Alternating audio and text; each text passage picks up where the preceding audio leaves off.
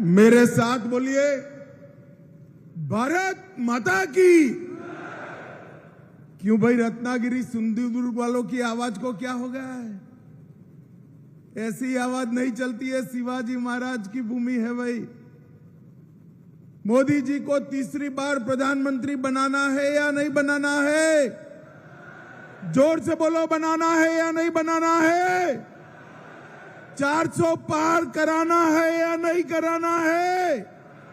अगर कराना है तो दोनों हाथ उठाइए, उठाइए दोनों हाथ, विजय के संकल्प की मुट्ठी बींचिए और प्रचंड आवाज से बोलिए, भारत माता की, वंदे, जय श्री राम, जय जय श्री राम।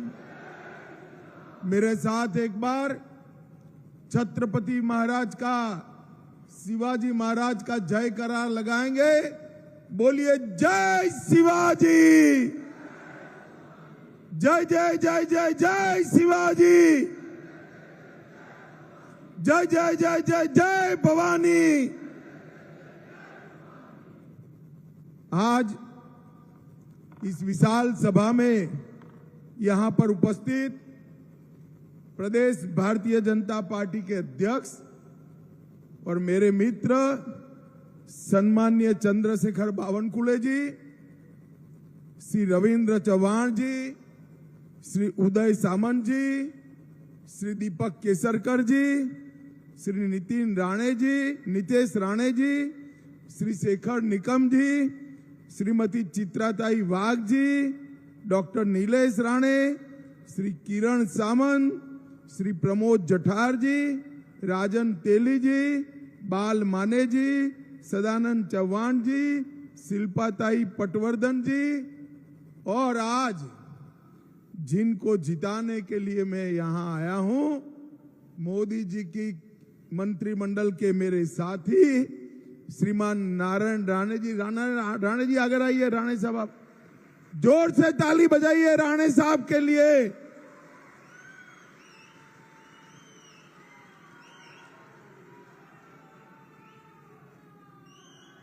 और आज इस विशाल सभा में आए हुए प्यारे भाइयों, बहनों, माताओं और मेरे जिगर के टुकड़े जैसे युवा मित्रों, आप सभी को मेरा राम राम। मित्रों, मेरा सौभाग्य है कि आज कोंकण सिंधुदुर्ग की इस भूमि पर, रत्नागिरी सिंधुदुर्ग की इस भूमि पर मैं आप लोगों के सामने खड़ा हूं। ऐतिहासिक सिंधुदुर्ग किला जो आज भी पूरी दुनिया को हिंदवी स्वराज की याद दिलाता है, वो यहीं पर स्थित है। यहीं पर से शिवाजी महाराज ने न केवल दिल्ली तक, दिल्ली से बाहर भी पूरे समंदर को हिंदुत्व की स्थापना के लिए वर्चस्व लाने का काम शिवाजी महाराज ने किया था। भाइयों बहनों, ये रत्नागिरी तिलक महाराज का भी जन्मभूमि है। लोकमान्य बाल गंगाधर तिलक जी ने शिवाजी के बाद पहली बार कहा कि स्वराज मेरा जन्मसिद्ध अधिकार है, और अंग्रेजों को ललकारने का काम तिलक महाराज ने किया। यही भूमि है जहां 2 साल वीर सावरकर ने जेल में बिताए और उसके बाद में 13 साल तक रत्नागिरी में रहकर हिंदुत्व की अलग सावरकर जी जगाते रहे। और यही भूमि है जहां 2 भारत रत्न बाहर आए हैं, श्री पीवी काणे और धोंडो केशव कर्वे जी। ये दोनों ने भारत में इस भूमि को बहुत सम्मान दिलाने का काम किया है।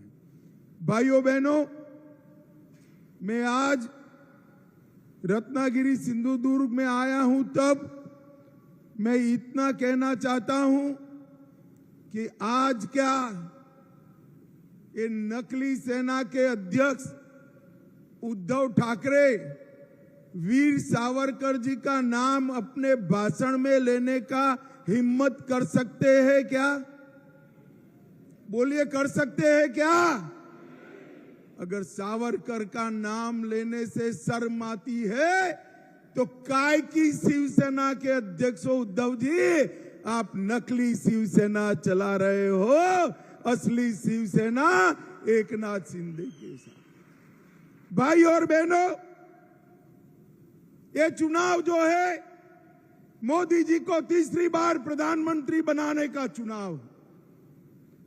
श्रीमान राणे के सामने कमल के निशान पर आप बटन दबाएंगे और राणे जी को वोट दोगे, एक एक वोट मोदी जी को तीसरी बार प्रधानमंत्री बनाने का काम है।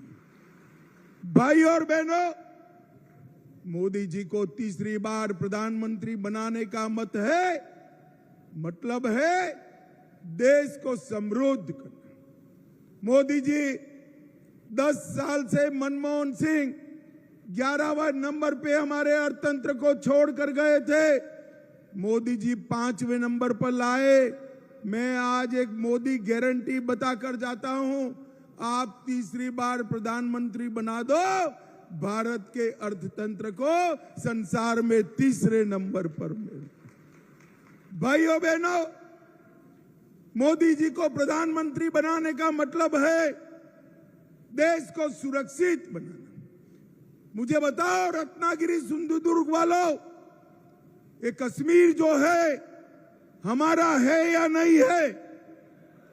जोर से बोलो, है या नहीं है? कश्मीर हमारा है, मगर एक खरगे साहब कहते हैं राजस्थान और महाराष्ट्र वालों का कश्मीर से क्या लेन देन? अरे खरगे साहब, आप 80 पार की आयु पार कर गए, मगर रत्नागिरी सिंधुदुर्ग वाले को जान नहीं पाए। रत्नागिरी सिंधुदुर्ग का बच्चा बच्चा कश्मीर के लिए अपनी जान दे सकता है, जान दे सकता। भाई और बहनों, मुझे बताइए, कश्मीर से धारा 370 हटनी चाहिए थी या नहीं हटनी चाहिए थी? जोर से बोलिए, हटनी चाहिए थी या नहीं हटनी चाहिए थी? 70 साल से ये Sharad Pawar and company, Congress and company, जिनकी गोदी में उद्धव जी बैठे हैं, वो 70 साल से धारा 370 को एक अनाथ बच्चे की तरह गोद में बिठाकर खिलाते थे। आपने मोदी जी को दूसरी बार प्रधानमंत्री बनाया। 5 अगस्त 2019 को मोदी जी ने धारा 370 को समाप्त कर दिया और कश्मीर हमेशा के लिए भारत के साथ। उस वक्त मैं उद्धव जी को पूछना चाहता हूं, आप जिनके साथ मुख्यमंत्री बनने के लिए जिनकी चरण में पड़े, जिनके पैर में पड़े, वो कांग्रेस पार्टी और शरद पवार क्या कर रहे थे? वो कांग्रेस पार्टी और शरद पवार धारा 370 हटाने का विरोध कर रहे थे। भाई और बहनों, राहुल बाबा पार्लियामेंट में खड़े हुए और उन्होंने कहा 370 मत हटाइए। मैंने कहा क्यों ना हटाए? तो उन्होंने कहा कश्मीर में खून की नदियां बह जाएगी। अरे राहुल बाबा, 5 साल हो गए, खून की नदियां छोड़ो, किसी की कंकड़ चलाने की हिम्मत नहीं है। कंकड़ चलाने ये नरेंद्र मोदी सरकार है। कश्मीर के अंदर लाल चौक पर जाना दुष्कर था, आज लाल चौक पर कृष्ण जन्माष्टमी का जुलूस आन बान और शान के साथ निकल रहा है। भाई और बहनों, मैं आज उद्धव जी को पूछना चाहता हूं, उद्धव जी, महाराष्ट्र की जनता के सामने, बाला साहब के अनुयायियों के सामने स्पष्ट कर दो, आपको मुख्यमंत्री पद चाहिए या धारा 370 के संरक्षक कांग्रेस और एनसीपी चाहिए? और आपको भी तय करना है भाइयों बहनों, जो अपनी गद्दी संभालने के लिए, गद्दी प्राप्त करने के लिए शरद पवार और राहुल गांधी के शरण में जाए, वो महाराष्ट्र का गौरव नहीं संभाल सकते, महाराष्ट्र का गौरव नहीं संभाल सकते। भाइयों बहनों, 10 साल तक सोनिया मनमोहन की सरकार चली इस देश में। आए दिन पाकिस्तान से आलिया, मालिया, जमालिया घुस जाते थे, बम धमाके करते थे, चले जाते थे। मौनी बाबा मनमोहन सिंह मौन लगाकर दिल्ली में बैठे रहे, क्योंकि उनकी वोट बैंक की उनको चिंता थी। वोट बैंक की, उनकी वोट बैंक कौन है मालूम है ना आपको? मालूम है या नहीं है? कांग्रेस की वोट बैंक कौन है मालूम है या नहीं है? भाइयों बहनों, आपने मोदी जी को 14 में प्रधानमंत्री बनाया। उरी और पुलवामा में पाकिस्तान के आतंकवादियों ने हमला किया। 10 ही दिन में मोदी जी ने सर्जिकल स्ट्राइक, एयर स्ट्राइक कर पाकिस्तान के घर में घुसकर आतंकवादियों का सफाया करने का काम। अभी छत्तीसगढ़ में भाजपा सरकार बनी, 29 नक्सलवादी मारे गए। ये कांग्रेस पार्टी कहती है ये फेक एनकाउंटर है। अरे शर्म करो राहुल बाबा, शर्म करो। जिस नक्सलियों ने सैकड़ों लोगों की जान ली, उनकी बचाव करते हो, और उद्धव जी वो राहुल बाबा के शरण में बैठे हैं। भाइयों और बहनों, मुझे बताओ, अयोध्या में राम मंदिर बनना चाहिए था या नहीं बनना चाहिए? अरे जोर से बोलो, बनना चाहिए था या नहीं बनना चाहिए था? कांग्रेस पार्टी, शरद पवार 70 साल तक राम मंदिर के प्रश्न को लटकाते रहे, अटकाते रहे, भटकाते रहे। मोदी जी को आपने दूसरी बार प्रधानमंत्री बनाया। मोदी जी ने एक 5 ही साल में केस भी जीता, भूमि पूजन भी किया, और 22 जनवरी को प्राण प्रतिष्ठा कर जय श्री राम कर दिया। भाई और बहनों, मैं उद्धव ठाकरे को बता सकता हूं, पूछ सकता हूं, और पूछना भी चाहता हूं, क्या उद्धव ठाकरे जी मुंबई में सभा कर कह सकते हैं अयोध्या में राम मंदिर बना वो अच्छा हुआ? पूछ सकते हैं क्या? नहीं पूछ सकते, क्योंकि उनकी वोट बैंक भी अब कांग्रेस की वोट बैंक हो गई है। आप उनकी वोट बैंक नहीं हो भाई। उन्होंने राम मंदिर को अटकाने वालों के साथ मुख्यमंत्री बनने के लिए समाधान करने का काम उद्धव ठाकरे जी ने किया। भाइयों और बहनों, ट्रिपल तलाक हटाना चाहिए या नहीं हटाना चाहिए? जोर से बोलिए। हटाना चाहिए नहीं हटाना चाहिए? मैं उद्धव जी को चैलेंज कर जाता हूं। उद्धव जी कल प्रेस कर बोल दो मोदी जी ने ट्रिपल तलाक हटाया वो अच्छा किया। वो नहीं बोल पाएंगे। मुझे बताओ भाइयों बहनों, बम धमाका करने वाले PFI पर बैन लगाना चाहिए या नहीं लगाना चाहिए? जोर से बोलो, लगाना चाहिए या नहीं लगाना चाहिए? क्या उद्धव ठाकरे कह सकते हैं कि PFI पर बैन लगाए अच्छा हुआ? वो नहीं कह सकते। अरे अब तो दिन आ गए हैं वो जय शिवाजी जय भवानी का नारा लगाते हुए भी डरते हैं। भाइयों बहनों, मोदी जी ने धारा 370 को हटाया, राम मंदिर का मार्ग प्रशस्त किया, PFI पर बैन लगाया और ट्रिपल तलाक समाप्त किया, और देश में यूनिफॉर्म सिविल कोड लाकर मुस्लिम पर्सनल लॉ को समाप्त करने का काम नरेंद्र मोदी जी ने किया। अभी सिर्फ उत्तराखंड में आया है, मोदी जी ने संकल्प पत्र में घोषणा की है कि मोदी जी को तीसरी बार प्रधानमंत्री बना दो, पूरे देश भर में UCC लाने का काम और मुस्लिम पर्सनल लॉ समाप्त करने का काम नरेंद्र मोदी जी। और भाइयों बहनों, कांग्रेस पार्टी ने अपने एजेंडा में कहा है हम ट्रिपल तलाक को वापस लाएंगे, 370 को वापस लाएंगे, पर्सनल लॉ वापस लाएंगे। अब उद्धव जी, कांग्रेस पार्टी के घोषणा पत्र के साथ आप सहमत हो या नहीं हो, बताओ। आप जवाब दीजिएगा उद्धव जी, मौन मत हो जाइएगा। रत्नागिरी सिंधुदुर्ग नहीं, पूरे महाराष्ट्र की जनता आपसे जानना चाहती है कि आप ट्रिपल तलाक के समर्थक हो या हटाओगे, मुस्लिम पर्सनल लॉ के समर्थक हो या हटाना चाहते हो, 370 हटाना चाहते हो या रखना चाहते हो, आतंकवादियों को जवाब देना चाहते हो या वोट बैंक के लिए उनको बिरयानी खिलाना चाहते हो। उद्धव ठाकरे, आपको जवाब देना पड़ेगा, ऐसा नहीं चलेगा। बाला साहब की विरासत ऐसे नहीं मिलती है उद्धव जी। बाला साहब के यहाँ आपने जन्म लिया, विरासत तो नारायण राणे, एकनाथ शिंदे और राज ठाकरे के पास रह गई, आप कब की पीछे छोड़कर चले गए। भाई और बहनों, ये महाराष्ट्र का चुनाव असली शिवसेना कौन है वो तय करने वाला चुनाव है।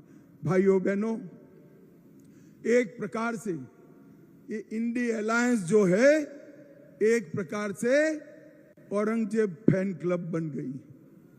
अब सिंधुदुर्ग रत्नागिरी वालों को तय करना है कि मोदी जी के साथ जाना है या औरंगजेब फैन क्लब के साथ जाना है। भाइयों बहनों, हम जब नाम बदलते हैं औरंगाबाद का, तब भी ये विरोध करते हैं। और उद्धव जी, मैं बताना चाहता हूं, ये नाम संभाजी महाराज के नाम से आपके स्वर्गीय पूज्य पिताजी श्रद्धेय बाला साहब ठाकरे जी ने रखा था, जिनको भाजपा शिवसेना सरकार ने जमीन पर उतारा। भाइयों बहनों, मोदी जी ने ये 10 साल के अंदर गरीबों के कल्याण के लिए ढेर सारे काम किए। मोदी जी ने 60 करोड़ से ज्यादा गरीबों को प्रति व्यक्ति प्रति माह 5 किलो अनाज फ्री ऑफ कॉस्ट देने का काम किया। मोदी जी ने 14 करोड़ शौचालय गरीब माताओं के घर में बनाए। मोदी जी ने 11 करोड़ गरीब माताओं को गैस का सिलेंडर दिया, 3 करोड़ गरीबों को घर दिया और इसके साथ साथ 60 करोड़ लोगों को 5 लाख तक का पूरा स्वास्थ्य का खर्चा मुफ्त में देने का काम नरेंद्र मोदी जी ने किया। और मुझे बताओ सिंधुदुर्ग रत्नागिरी वालों, कोरोना के दोनों टीका आपको लगे हैं या नहीं लगे हैं? हाथ ऊपर कर बताओ, लगे हैं या नहीं लगे हैं? किसी को 25 पैसा भी देना पड़ा है क्या? मोदी जी ने 130 करोड़ लोगों को कॉफी पिलाकर, मुफ्त में 2 टीके लगाकर देश को कोरोना से सुरक्षित करने का काम हमारे नेता नरेंद्र मोदी ने किया। और भाई और बहनों, उस वक्त राहुल बाबा क्या कहते थे? राहुल बाबा कहते थे टीका मत लगाइयो, ये मोदी टीका है। ये तो अच्छा है कि रत्नागिरी सिंधुदुर्ग वाले उनकी सुनते नहीं है, देश में कोई सुनता नहीं है। सबने जाकर टीका लगा दिया। जब उन्होंने देखा सारे लोग लगाए, एक दिन अंधेरे में बहन प्रियंका को लेकर वो भी चुपचाप टीका लगा कर आ गए। अरे राहुल बाबा, कोरोना जैसी महामारी में राजनीति करते हो, शर्म आनी चाहिए, शर्म आनी चाहिए। और उद्धव जी उस वक्त शरद पवार और राहुल के समर्थन से मुख्यमंत्री थे। कोरोना की खिचड़ी खाने का पाप उद्धव ठाकरे के साथियों ने किया है। मित्रों, कोरोना की खिचड़ी में गबन करने का, भ्रष्टाचार करने का काम इन्होंने किया है। मोदी जी ने कोंकण रेलवे का पूरा इलेक्ट्रिफिकेशन करने का काम किया। सिंधुदुर्ग जिले में हवाई उड़ान शुरू हो चुकी है। वंदे भारत ट्रेन कोंकण के लोगों को मिल चुकी है। 12 स्टेशन नए बनाने की शुरुआत हो चुकी है। एनडीए की सरकार ने काजू बोर्ड बनाकर काजू के खेती करने वाले किसानों के लिए एक बहुत बड़ा फैसला लिया है। और आपके जो आम है ना रत्नागिरी वालों, आपके आम के लिए भी अलग से आम का बोर्ड बनाने का काम भी बहुत जल्दी पूरा होने वाला है। 12,000 से ज्यादा घर सिर्फ रत्नागिरी में बनाए, 11 लाख किसानों को किसान सम्मान निधि दिया, सिंधु दुर्ग में 3 लाख परिवारों को आयुष्मान भारत का फायदा मिला, 84,000 घरों में नल से जल पहुंचा और उज्ज्वला योजना में 1,51,000 माताओं को गैस का सिलेंडर देने का काम नरेंद्र मोदी सरकार ने किया। और मित्रों, मैं मत्स्य पालन करने वाले भाइयों को भी कहना चाहता हूं, 121 करोड़ का प्रोजेक्ट रत्नागिरी डिस्ट्रिक्ट में फिशरीज हार्बर बनाकर अपने मछुआरा भाइयों के लिए बहुत बड़ा काम नरेंद्र मोदी सरकार ने, और 146 करोड़ की प्रोजेक्ट कॉस्ट के साथ सखरी नेट रत्नागिरी डिस्ट्रिक्ट में भी फिशरी हार्बर बन रहा है। भाइयों बहनों, फिश लैंडिंग सेंटर के लिए 51 करोड़ का प्रोजेक्ट 6 स्थानों पर नरेंद्र मोदी जी ने लाया। मैं आज राणे साहब के लिए एक बात बताना चाहता हूं।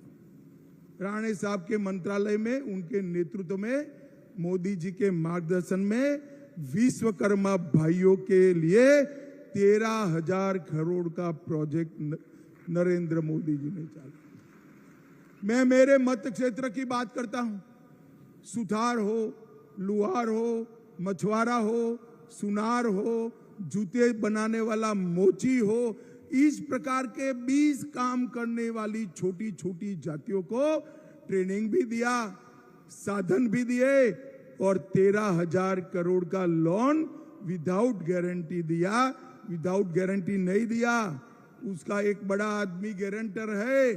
ये 13,000 करोड़ की लोन का गारंटर अपना प्रधानमंत्री नरेंद्र मोदी है। नरेंद्र मोदी, उसको कोई गारंटी नहीं लानी है, घर नहीं लिख कर देना है, एफडी नहीं गिरो करनी है। मोदी जी की आबरू पर उसको 13,000 करोड़ का लोन। ये सारे गरीब विश्वकर्मा भाइयों, 20 जातियों के लोगों को लोन मिलेगा। एक पूरा काम का आयोजन हमारे नारायण राणे साहब ने किया है। जोर से ताली बजाओ नारायण राणे के लिए। भाई और बहनों, अब समय आ गया है देश को विकसित बनाने का। हमारा देश कब तक पीछे चलता रहेगा? आप मुझे बताओ, रत्नागिरी सिंधु दुर्ग वालों, ये देश दुनिया में 1 नंबर पर होना चाहिए या नहीं होना चाहिए? जोर से बोलो, होना चाहिए या नहीं होना चाहिए? क्या शरद पवार कर सकते हैं? जोर से बोलना, कर सकते हैं? ममता बनर्जी कर सकती है? उद्धव ठाकरे कर सकते हैं? स्टालिन कर सकते हैं? अरे राहुल बाबा कर सकते हैं क्या? अरे हंस क्यों पड़ते हो यार, वो भी एक नेता है। भाइयों, मैंने तो कई बार सोचता हूं, इसमें से प्रधानमंत्री का प्रत्याशी कौन है? भगवान न करे, ऐसा होने वाला नहीं है, मगर इनके हाथ में अगर अधिकार आ गया तो प्रधानमंत्री कौन बनेगा? अभी अभी उनके एक बड़े नेता जो जोकर टाइप के हैं, उनको पूछा कि कौन बनेगा, तो उसने कहा बारी बारी सभी लोग 1-1 साल बन जाएंगे। मजाक रखा है क्या? इस तरह से देश नहीं चलते। इस देश ने अस्थिर सरकारों का दर्द भोगा है।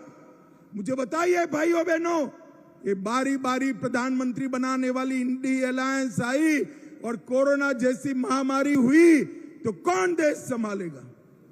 भारत के मतदाताओं को मालूम होना चाहिए कि पूर्ण बहुमत की सरकार चाहिए, एक मजबूत नेतृत्व चाहिए। 23 साल से शासन करने के बाद भी जिस पर 25 पैसे का आरोप नहीं है, ऐसा प्रामाणिक नरेंद्र मोदी चाहिए। 23 साल तक सीएम और प्रधानमंत्री रहने के बाद भी 23 साल प्रधानमंत्री रहने के बाद भी एक दिन छुट्टी न ले, ऐसा प्रधानमंत्री नरेंद्र मोदी चाहिए भाइयों। ये 12 लाख करोड़ के घपले घोटाले भ्रष्टाचार करने वाला इंडी अलायंस देश को नहीं संभाल सकता। थोड़ी गर्मी बढ़ते ही थाईलैंड में छुट्टी मनाने जाने वाले राहुल गांधी देश को नहीं संभाल सकते। मित्रों, मैं आज आपको विश्वास के साथ कहने आया हूं, इस देश को नंबर 1 पर कोई ले जा सकते हैं तो मेरे और आपके नेता नरेंद्र मोदी ले जा सकते। भाइयों बहनों, महाराष्ट्र के विकास के लिए मोदी जी समर्पित। मैं आज शरद राव जी को पूछना चाहता, शरद पवार साहब बताइए, आप 10 साल यूपीए में रसूखदार मंत्री थे। 10 साल में यूपीए ने महाराष्ट्र के लिए क्या किया? मेरा गला बैठ गया। मैं विदर्भ में भी पूछ कर आया, पुणे में भी पूछ कर आया, जवाब नहीं देते। मगर मैं तो बनिया हूं भाई, पाई पाई का हिसाब लेकर आया हूं। देना चाहिए नहीं देना चाहिए हिसाब? भाई जरा जोर से बोलो, देना चाहिए नहीं देना चाहिए? इन लोगों ने 10 साल में सिर्फ महाराष्ट्र को 1,91,000 करोड़ दिया था। कितना दिया था? 1,91,000 करोड़। मोदी जी ने ये 10 साल में 10,80,000 करोड़ रुपया देने का काम। ढेर सारे इंफ्रास्ट्रक्चर के प्रोजेक्ट मोदी जी ने महाराष्ट्र में दिए हैं। और मैं आपको बताना चाहता हूं, हमारे देवेंद्र फडणवीस ने इन्वेस्टमेंट में भारत में महाराष्ट्र को नंबर 1 बनाने का काम किया है। नंबर 1 बने। माताओं, भाइयों, बहनों, ये लोग देश का विकास नहीं कर सकते, महाराष्ट्र का विकास नहीं कर सकते, देश को सुरक्षित नहीं रख सकते, देश को एक नहीं रख सकते, देश की समस्याओं का समाधान नहीं कर सकते, हिंदुओं के सम्मान के लिए ये कुछ नहीं कर सकते। मैं आपको बताना चाहता हूं, मैं देश में जहां जहां जाता हूं, सभा होने के बाद सब कार्यकर्ता खड़े होते हैं, वो कहते हैं कि हमारे सांसद को मंत्री बनाना। भाई स्वाभाविक रूप से कहते हैं, मगर मोदी जी ने आपको तो बना बनाया मंत्री यहां पर भेज दिया है, रेडीमेड मंत्री दिया है। राणे साहब ने उद्धव जी की दादागिरी के सामने बड़ा संघर्ष किया है। मित्रों, संघर्ष किया है। और राणे साहब अब भारतीय जनता पार्टी में हैं। रत्नागिरी को बहुत बड़ा चेहरा भारतीय जनता पार्टी ने दिया है। मेरा आप सबसे करबद्ध निवेदन है, राणे साहब को उनके राजनीतिक कद के हिसाब से प्रचंड बहुमत से जिताने का काम करिए और मोदी जी के हाथ मजबूत करिए। मुझे बताओ भाइयों बहनों, कमल के निशान पर बटन दबाएंगे क्या? अरे जोर से बोलो, ऐसे क्या बोलते हो? बड़ी दूर से आया हूं मैं। बटन दबाएंगे कमल के निशान पर? नारायण राणे जी को जिताएंगे, 400 पार करेंगे, मोदी जी को तीसरी बार प्रधानमंत्री बनाएंगे। तो मेरे साथ दोनों हाथ उठाइए, उठाइए दोनों हाथ, विजय के संकल्प की मुट्ठी भींच कर बोलिए, जय श्री राम, जय जय श्री राम, वंदे वंदे। आप सभी का बहुत बहुत धन्यवाद, प्रणाम, नमस्कार। बोलो छत्रपती शिवाजी महाराज की, महायुतीचा हर हर भारत माता की। अमित भाई आप आगे बढ़ो, नरेंद्र मोदी जी आप आगे बढ़ो, नारायण राव राणे साहब आगे बढ़ो।